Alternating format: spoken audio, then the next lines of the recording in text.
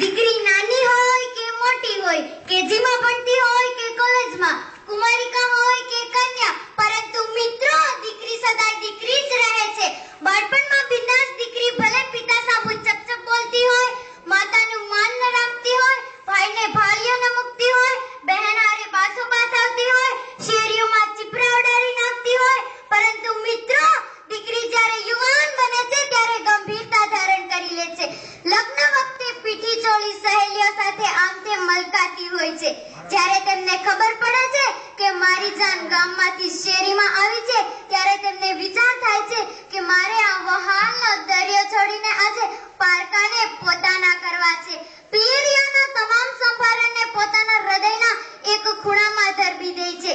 સાસરિયાવાળા કે ગામવાળા પૂછે છે, બહુ કર્યાવરમાં શું લાવ્યા? કન્યાની જ લાગણીઓથી અહીંયા કોઈ વિચાર કરતું નથી. હકીકતમાં સાસરિયામાં આવતી દીકરી બાપના ઘેરથી શું લાવી? એના કરતા બધું મૂકીને આવી છે. માં, બાપ, ઘર, પરિવાર, ગામ આ બધું જ મૂકીને આવી છે. જ્યારે આ વસ્તુનો સમાજ વિચાર કરશે ત્યારે દીકરીના સંસારમાં સુગંધ આવી જાય છે. નવી બહુનું સાસરિયામાં આવવું એ નવા બાળકનો જન્મ થયા જેવું છે. અત્યાર સુધી પિતાના ઘરે હતી કોઈ ચિંતા ન હતી, હવે નવા ઘરમાં ચાલતા શીખવું પડશે. જો સાસુ સસરા કે ઘરના સભ્યો આવો ખ્યાલ કરે તો દીકરીનો જન્મ થયા પછી પિતાને ત્રીજી અશ્રુભીની આંખ મળે છે, જે એના દિલમાં છુપાયેલી હોય છે.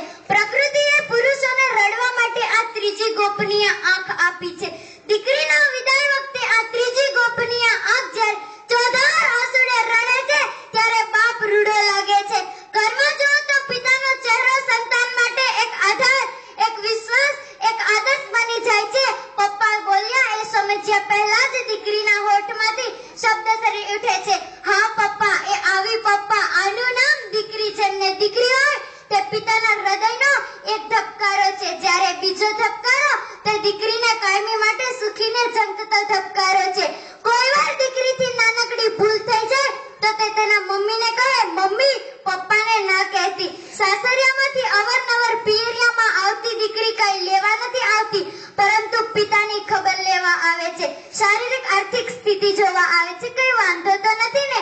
આમ અવારનવાર આવી પપ્પાની સ્થિતિ જોઈ ઘરના બધા જ સભ્યોને સૂચના દેતી જાય, મમ્મી પપ્પાને આદુવાળી ચા દેજો, ઓ ભાભી પપ્પાને માફસેનું ગરમ પાણી દેજો, ભૈલા તું પપ્પાને પરેશાન ના કરતો, તારા વિશ્વાસે હું જાઉં છું, તેમને કોઈ ચિંતા ના થવા દેતો. આમ એક દિવસમાં 1000 કામ થઈ જાય પણ દીકરી પોતાના પિતાને નથી ભૂલતી.